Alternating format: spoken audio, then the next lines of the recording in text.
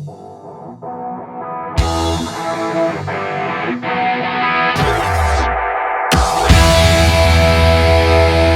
got your first leadership gig, loving the new role, but feeling the pressure of your new responsibilities and all that expectation to perform? Well, don't worry, you're not alone. Crossing the chasm from a technical role to leadership, from doing stuff to managing and leading people, is the toughest challenge any leader must make. Welcome to the Human Edge Show, the podcast dedicated to help you do just that, successfully cross the doing to leading chasm. Campbell Such here, Chief Chasm Crossing Guide. I've made all the mistakes so you don't have to. I want to help you learn those lessons much more easily by sharing my experiences and talking with brilliant people who have already figured it out. You'll get great actionable tips, strategies, and techniques to make the transition so much easier and faster for you. Now let's get to it. Welcome to another episode of the Human Edge Show. I'm really privileged today to have Rachel Kelly on board and in this interview. So Rachel, welcome. It's great to have you on the show. Oh, it's lovely to join you here, Campbell. Thank you for inviting me along. Brilliant. Rachel Kelly is an ex-scientist, strategist, high-tech product developer and commercialization professional who has spent the last 20 years in the science and technology sector after spending 9 years in California working within biotechnology and high-tech manufacturing. She returned to New Zealand in 2014 and has since been heavily involved with stimulating the regional and national technology ecosystem. Rachel has worked with award-winning and innovative tech startups, including Co-Hired and Myriad. She led Gallagher's Enterprise Security Division as Chief Product Officer. Rachel is currently co-owner of Tailored Health and Performance, a holistic science-backed corporate wellness hub. She's also co-CEO of a new biotech startup, leveraging advanced technologies to unlock the health and potential of global leaders. Rachel is co-founder of the Waikato Technology Cluster, former deputy chair of NZ Tech, former elected member on the New Zealand Artificial Intelligence Forum Executive Council, and Rachel is currently a ministerial advisor on the Digital Council of Aotearoa, New Zealand, and is a board member at Callaghan Innovation. Rachel, that's fantastic. Let's start by asking you, what's something that not many people would know about you? Yeah, that's a really good question. There are a number of things I don't tend to talk about from my youth or back in the teenage years.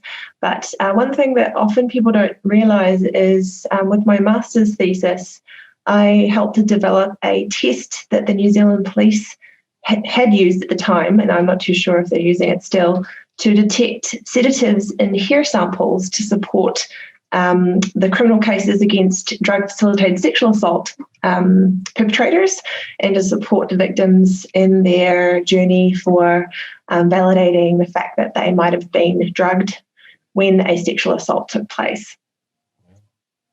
Gee, that's powerful stuff. And so did that go on to become commercialised and being used by the police? Yes, it did. And I was quite close to one of the head FBI leaders that also implemented some of the methodology into their work too.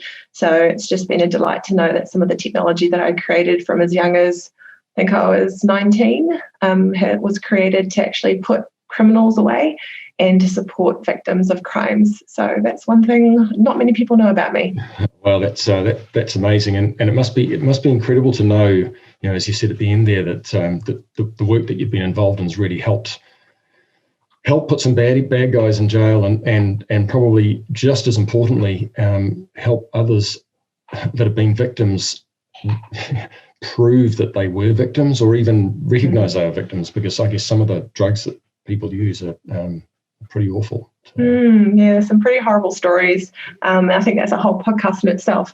But it's great to be able to at least solve some of these really heart-wrenching problems using technology, which is, of course, one of the things that I've loved doing from a very young age, is using technology to solve really hard human problems. Yeah.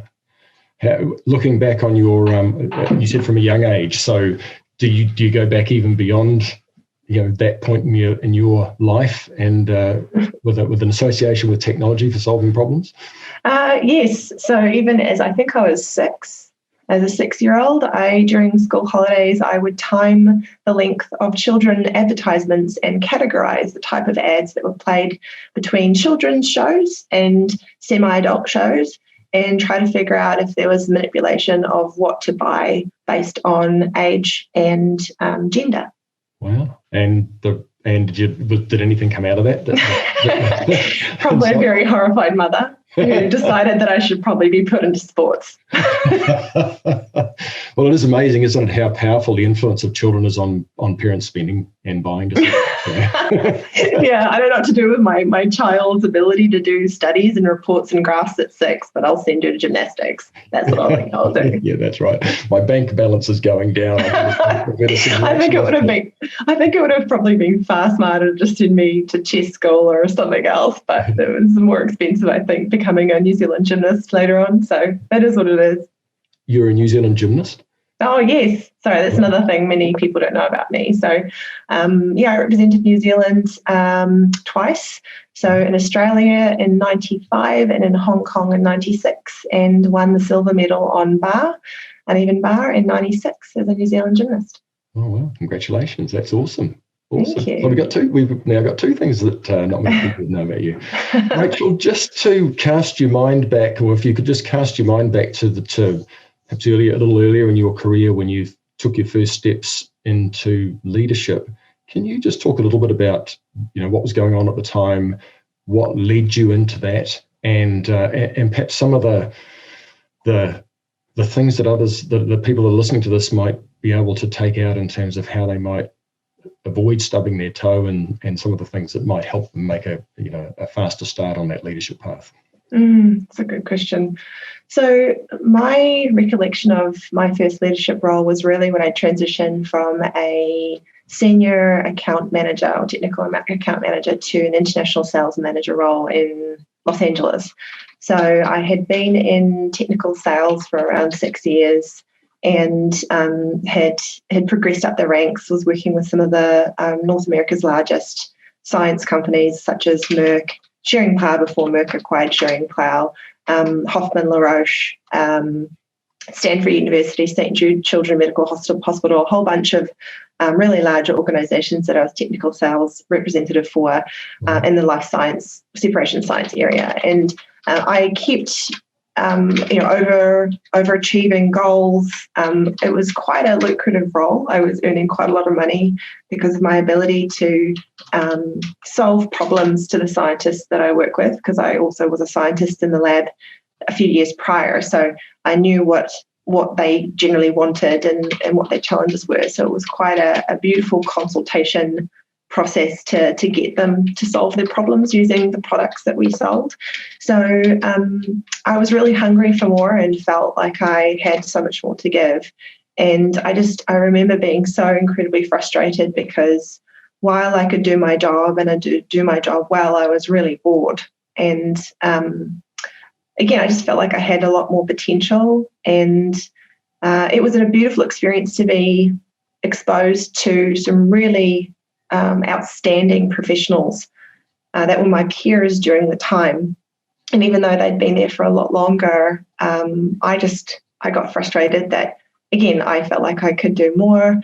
Thankfully, because of my ability to create relationships and ask for help, I was able to develop quite a great mentoring or mentee relationship. It wasn't formalized, with the vice president of sales at the time.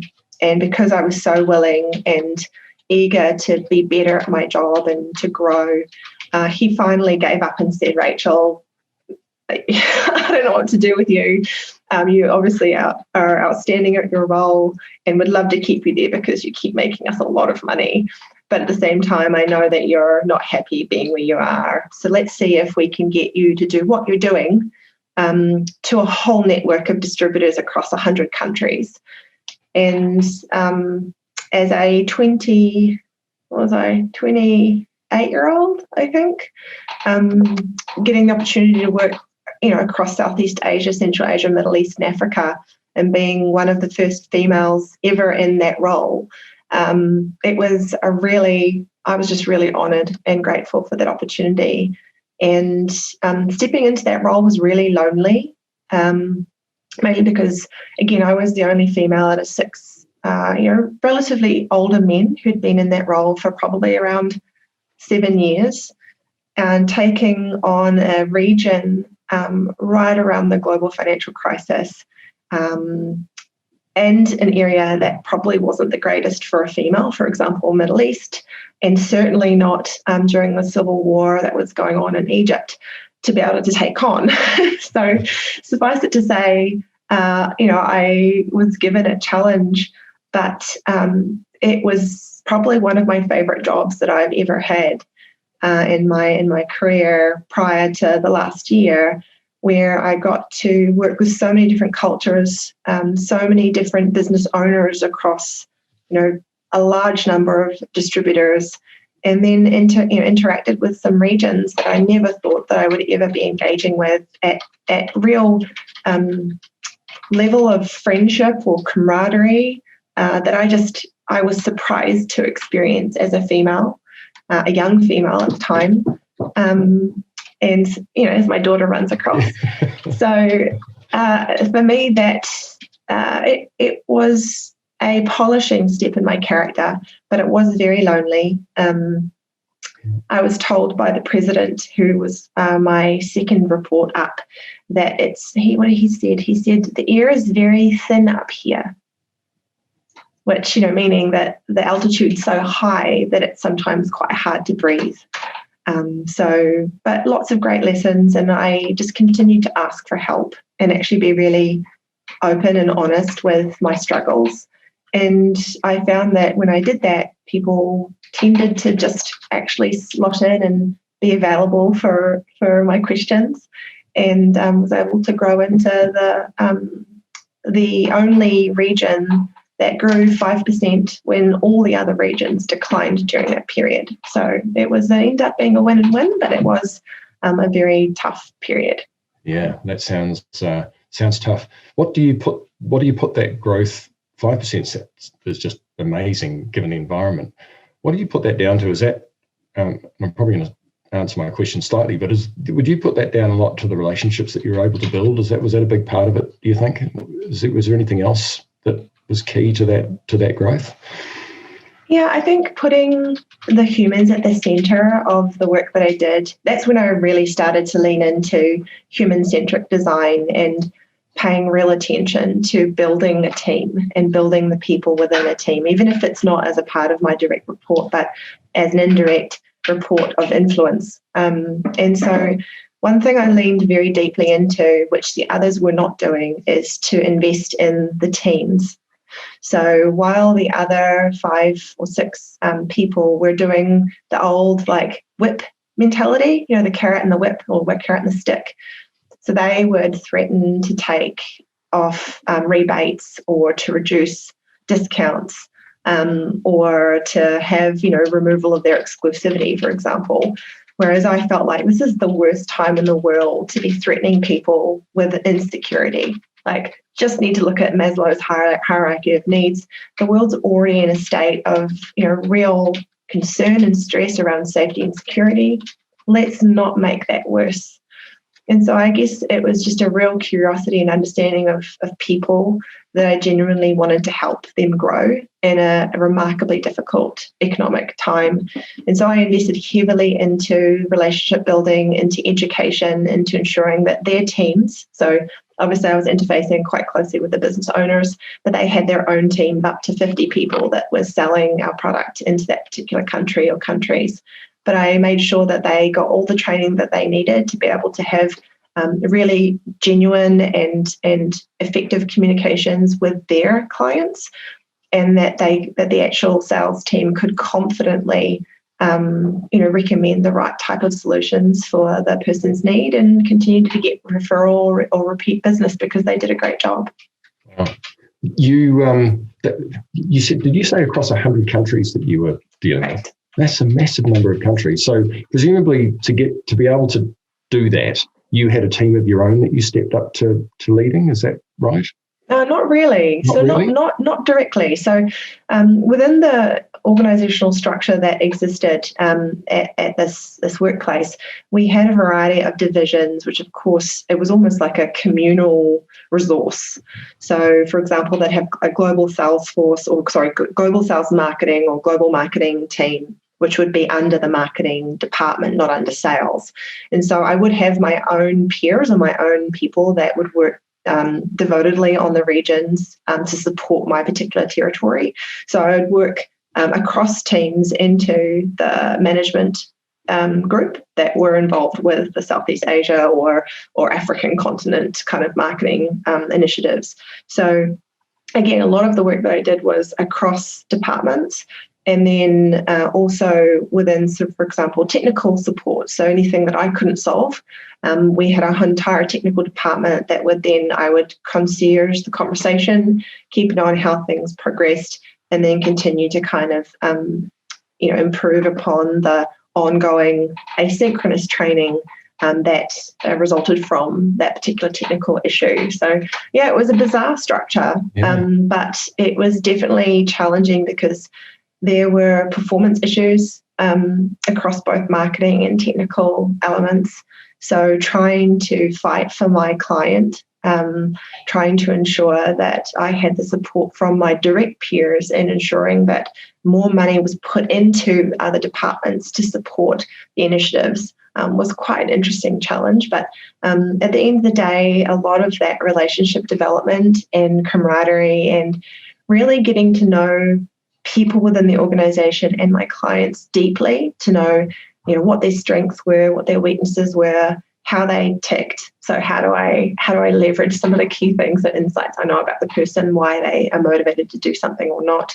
And then, should there be opportunities for more in-kind kind of favors, like if you can kind of put this up to the top of the list because Mustafa just had a bomb go off around the corner and he's trying to secure this $50,000 deal. If you can get this to me, let me know what I can do on the back end for the Filipino project. And so just trying to navigate that space was a really interesting learning experience.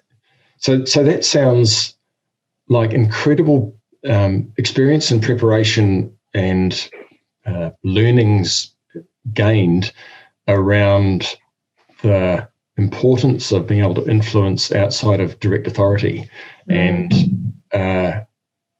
which may well have helped you as you go forward into your other roles. It's absolutely insightful. So Rachel, can you just talk a little bit about what it was like to make that transition from all the indirect influence you had across those 100 countries and all that amazing results that you got from that into direct influence or having direct reports that you did have authority over, but that you led into leading, and how you managed that transition and what the differences were like, and what you'd suggest if anyone else coming into that across that sort of a gap, what they might do to manage that transition.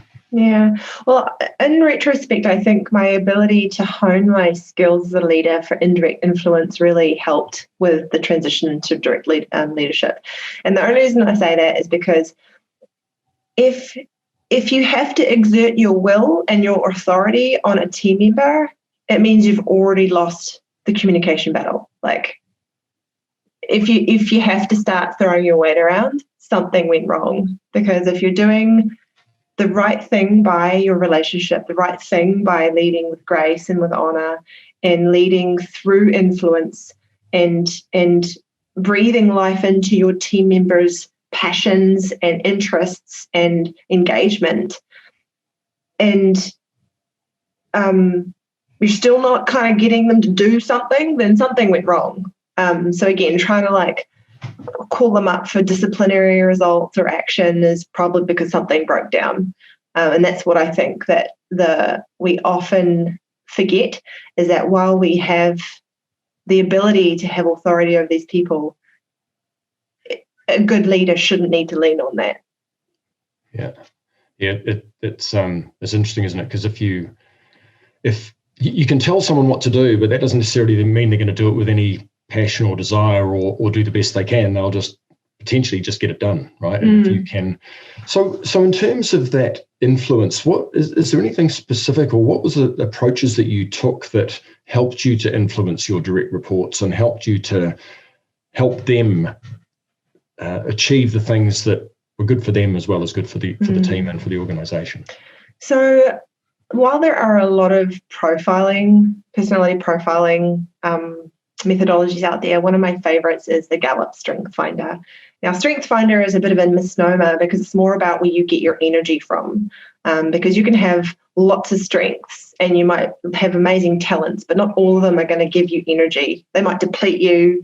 It might be hard to do. So again, what Gallup Strengthsfinder is, I think there's 34 strengths, and through a fairly comprehensive questionnaire, which many of these do have quite comprehensive questionnaires, you choose from, alternate kind of statements, and then you get most predominantly the top 5 strengths, but then again, the full 34 is really powerful too. But what that did for me, not only as a contributor and an independent contributor to my work, but also for my team, is to understand where they light up. Like where do I get the most engagement out of them? Because when I ask them to do work that triggers those various strengths, they're going to keep doing it with endurance, right? Because they're going to get a lot of it back from it. So my ability to influence really comes down to deeply understanding the people in my team, deeply understanding what they care about, deeply understanding how they tick, and aligning what they care about with the greater mission.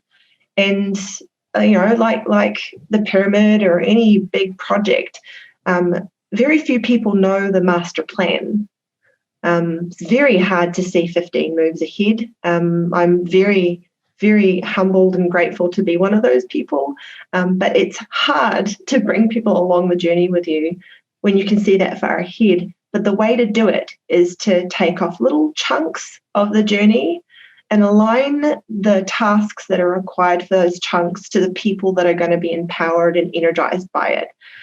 That is how, within a period of 3 months, I was able to align in a whole team to a whole new vernacular, to, reignite their passion for their work, to, have them coming in the office at times actually crying, at times saying that they're struggling with something, and having that trust and that authentic connection to say, all right, well, let's break it down.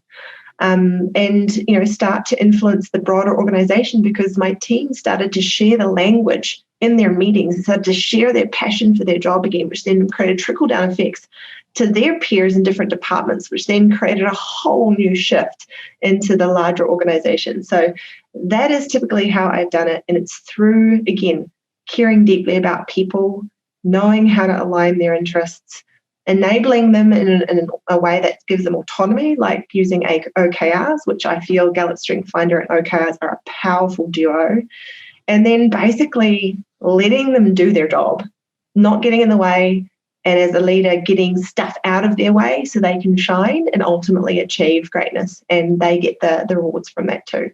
Yeah, wow, that's really powerful.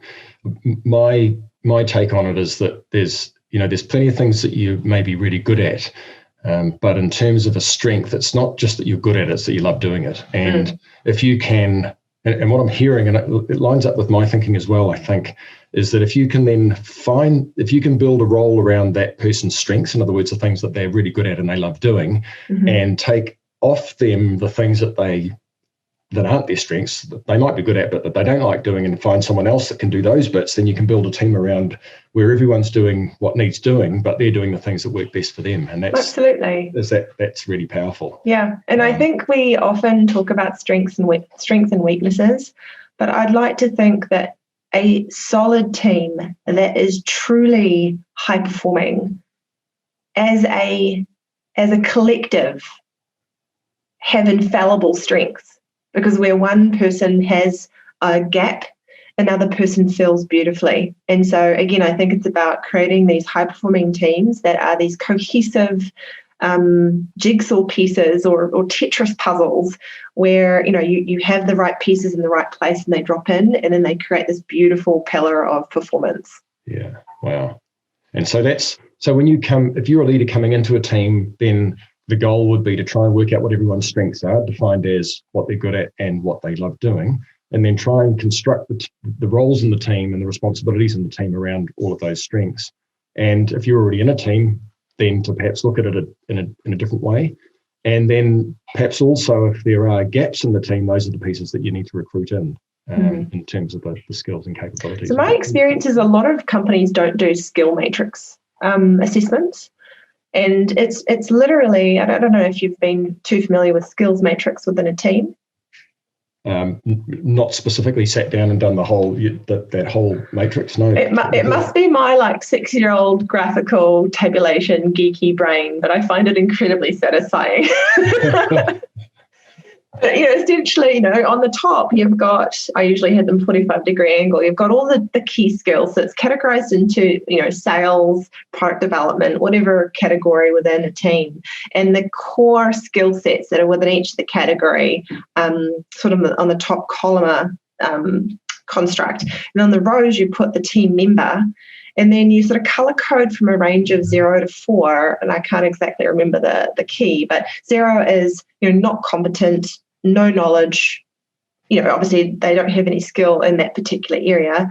1 being somewhat competent, know their weaknesses, can discuss, all the way up to 4 to technically competent, can train, would consider advanced knowledge. And so essentially all you do within the spreadsheet, and you condition format it so it changes color and it looks beautifully colorful in the end. But you basically put the number of what they are across each of those categories and skill features, 0 to 4. And when you have it color-coded, not only is it satisfying, but very quickly you start to realize where your team is missing some key competency that is required to do an amazing job. And I've done that with almost all the organizations that I've worked with, whether it be not-for-profit or if it's some type of government organization. Funnily enough, I find people will see the chart, the template that I send, and oftentimes they won't do it. But when they finally do it after some pressing, there's a light bulb goes off. They're like, okay, I finally can visualize where my gaps are. So you can't change what you can't measure. And so I think that it's a really powerful technique to figure out where to get started with a team, and how do you create, again, this high-performing team that fills all each other's gaps and is good enough to train those within the team, particularly when we can't necessarily have the luxury of bringing in a whole bunch of workplace training. How do you ensure you hire people on the team that are amazing colleagues that the rest of their peers can learn from, so within the team they grow? Wow. Well, I think I've just learned something, and I've always done that in an informal way and not in the structured way that you've done it. And I can see that's incredibly powerful, and I'm going to steal that. I'll send you the template. That's fine. Yeah. So if you don't mind, that's fantastic. I really like it. And just if you can, is it just the technical skills that you're talking about, or do you also cover off some of the non-technical skills that help, the human sides or soft skills that help teams to be more cohesive? No, it includes soft skills. Yeah. Cool. So then there's a category for influencing, or even there's a sales and consultative element to it, and it's around knowledge in discovery. There's a bit of empathy element to it. So how easily are you able to engage on the same level and get in their shoes? For the most part, the matrix is a self-assessment, but then what I've often done is I've gone back through as a leader and actually created more subjective criteria, which I feel are important for the key roles, and then being able to kind of backfill based on my assessment of them, which it's transparent, and I usually guide them with along with me, because at the end of the day, they may feel they're a certain thing or have a strength in a certain way, but what they are being perceived as can be a good opportunity to discuss how they're doing self-eroding, tendencies, or from a relational perspective, how they're sabotaging relationship due to perhaps previous, business or professional trauma or triggers or things that they just, have no conscious awareness of. Yeah, there's an interesting construct called the Johari window. I'm not sure if you're familiar with the idea, and that's there's stuff that we know about ourselves, and there's stuff that we don't know about ourselves, and it's often other people know stuff about us that we don't even know about ourselves, right? And so that ability, so we have these blind spots, and so the ability to be able to have do a self-assessment, and then have you as their manager or leader then be able to do their own assessment, and then have an open conversation around, well, where are the gaps and where are the differences, that can be really powerful. Yeah. Well, this is where the Gallup Strengthsfinders also come in, right? Because the biggest thing is it starts to give language to what they have inherently understood their strengths are, but they never fully understand not only what the power of that strength is, but equally what the shadow is. Because, for example, if you're incredibly empathetic, if your empathy strength is quite high, there's a lot of negative traits to that too. My daughter is crawling. Hi. she isn't waving yet, but I can see it. Just walk. It's more disruptive if you see little 2 legs, 3 legs walking. But no, this is where, empathy can be incredibly taxing emotional strength. And there's a shadow to it where you get maybe too involved with the client or too involved with the situation, and you find it hard to let it go. So from a stress management perspective, when you look at your team and their overall health, because it's all about health and wellness too, is how are you enabling them to create boundaries to let go of some of the things that they would otherwise hold on to, because their tendency is to hold on to the emotion too much, so they can actually think more clearly and come to the table with more pragmatic solutions to perhaps a customer need. Yeah. Just before we wrap up, Rachel, and just going back to the Clifton Strengths, was there a particular reason you chose that over any of the other profiling tools? And how might leaders, both new leaders and experienced leaders, make good decisions about which of the profiling tools might be useful, and whether or not they should be seriously considering Clifton's ones?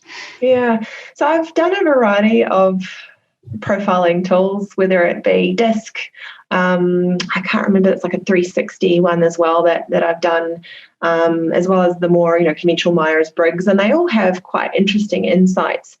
And this may feel a little bit fluffy for some people, but because individualization is my strength, my top one strength, where I deeply want to understand people, is out of all of them, I feel that the Clifton Strengthsfinder, as a spectrum of 34 ranked, gives you a much better way to converse and give language around key behaviors.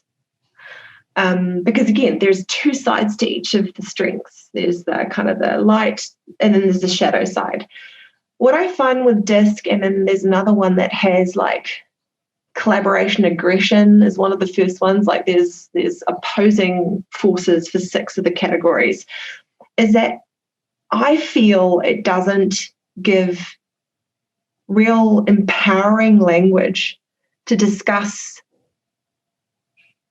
where a person might find them when they're in the worst of their version of self versus in their best. So for example, this is quite a personal example, but I did a really good test, and I got out of, again, I can't remember what the second option was, but it was aggression versus collaboration or something like that. And I would say, for the most part, I'm a pretty collaborative person. I'm also quite direct, and I call a spade a spade. I'm somewhat diplomatic about it, but I do get diplomacy fatigue quite quickly with the wrong types of people. I digress. But in this particular profiling, I got 0 in collaboration. It was full red aggression, and I was horrified. Now, upon inquiry and self-reflection, when I did that survey, I had just separated from my ex-husband. I had just been working at another technology company that was incredibly toxic, as the only female, often in a room of 30 men. And again, I've got nothing against men. This is not a dig on gender disparity. It's a dig on neurodiversity. Yeah. And for me, and I had to stick up for some unethical behaviour and whistleblow to the shareholders. I'm not naming any company names, but it was a difficult place to be, Now, between all of those things going on, I had to sit in one of my most shadow version of achiever, or if I look at my strengths, because I had to find out how to be heard. I had to be aggressive to have people listen to me when things weren't right, when we were doing behaviours that were not conducive to a ethical company, and with that many high masculine behaviours in a room, I had to be this very aggressive version of myself, and obviously as a part of my own relationship. And so it's an interesting reflection upon what that particular profile exhibited, but I don't think it really gave me a good feel for who I am. Yeah. It just told me what was going on in that moment, if that made sense. Yes, yeah, it was a point in time. And so I feel Gallup Strengthsfinder, and I've talked to a number of leaders around this. I'm very thankful for Andrew Nichol for introducing me to this, and he's the CEO of Agogi and Cohard. Is out of all of the ones that he's found, the Gallup Strengthsfinder is quite possibly the most perpetual indicator of your life and who you are versus a moment in time. That's okay. That answers the question really, really well. And one of the other things that I've found, my experience with a lot of those other profiling tools, is it tends to be you're one of four. I know. You tend to get popped into one of four boxes, and suddenly that's you, pigeonholed. And I've always found that really uncomfortable. And I've used a number of them, and they have varying results in terms of being able to accurately predict future behaviour. And that's ultimately what you want it to do, right? Okay. Yeah. Well, I mean, if you're looking at the lower of the Gallup Strengthsfinder, I'm sorry, I'm doing a plug. Maybe I should ask for some type of referral code. But when you start to also have the lower end of the spectrum, and you see what a person's attributes or behaviours that do not give them strength or deplete them.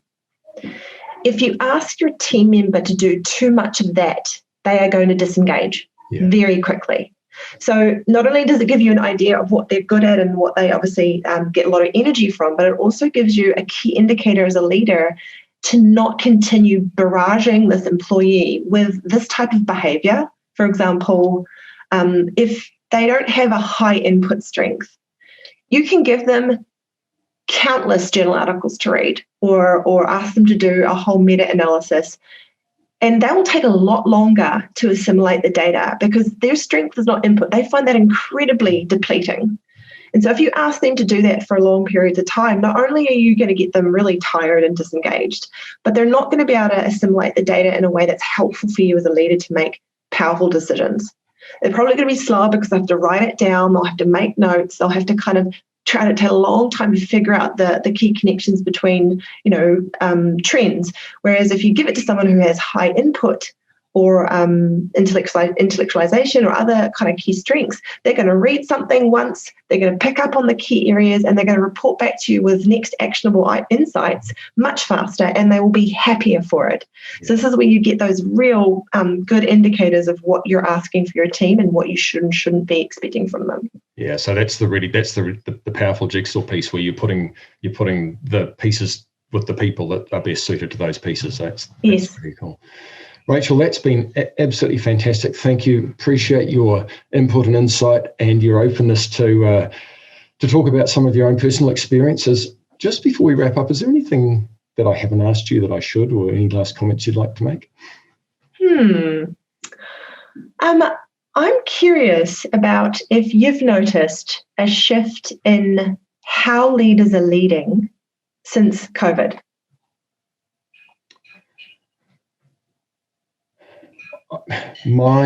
Just coming back to you. Sorry. Thanks for asking the question. My sense of it is that there's a perception of way more uncertainty, and there probably is more uncertainty. Although at any point in time in history, no one knows what's going to happen next week, let alone tomorrow, and probably in the next 10 minutes, because it's amazing what can happen. So, a lot of leaders who have been in positions where things have been working well for them are now being thrust into massive uncertainty and compounded by the remote working and the hybrid work environments, and they're feeling more stressed, more alone, and lacking in the challenge, the understanding of how to manage in these times, and to be able to engage with their teams and to continue to deliver results. And that's the stress has gone up, and the uncertain as a result of that uncertainty, and that's causing challenges. So that'd be my biggest takeout. And yet there are plenty of leaders who have adapted and who are thriving. So it's not everywhere, but there's far more people struggling than there were before, in my experience. Yeah. What are you seeing? Again, let's get real, Campbell. You come to me for some of these real answers.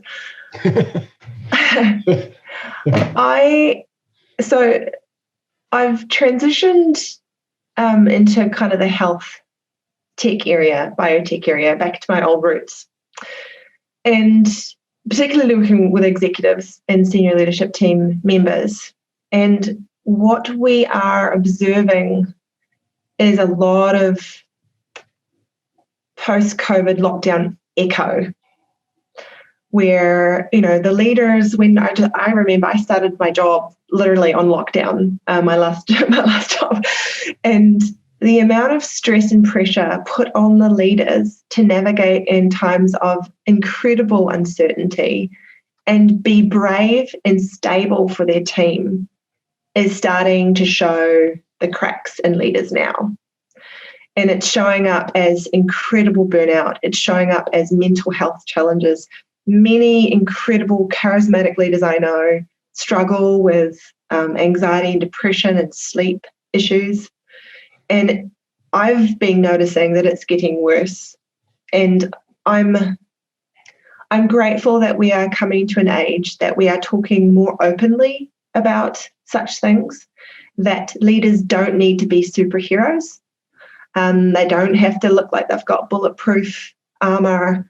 But as long as they know who they can speak with without eroding a sense of security to their team is the key.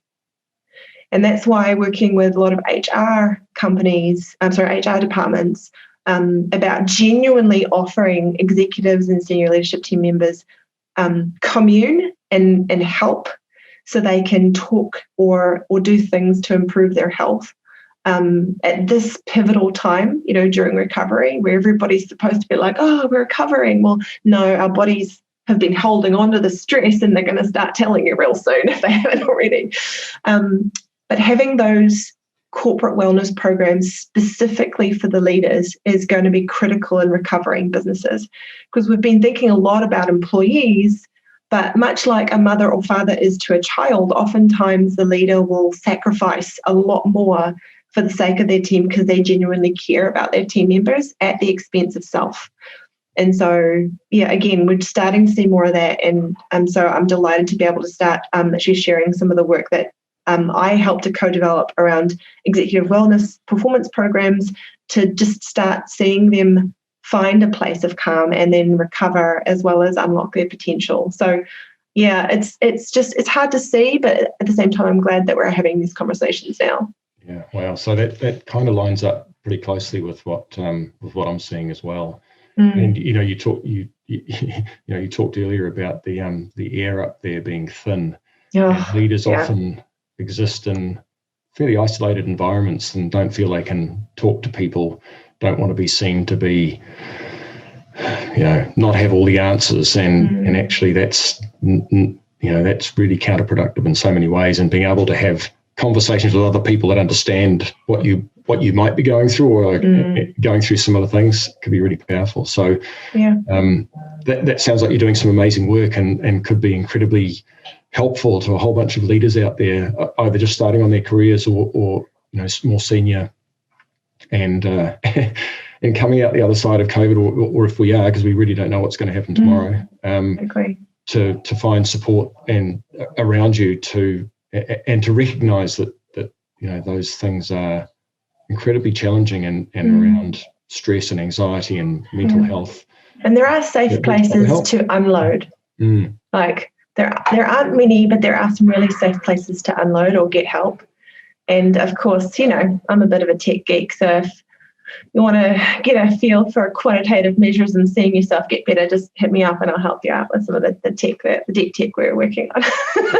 That sounds brilliant. Rachel, what we'll do is in the show notes, we'll put some link. We'll make sure that people can reach out and contact you, and perhaps if there's some places people could go to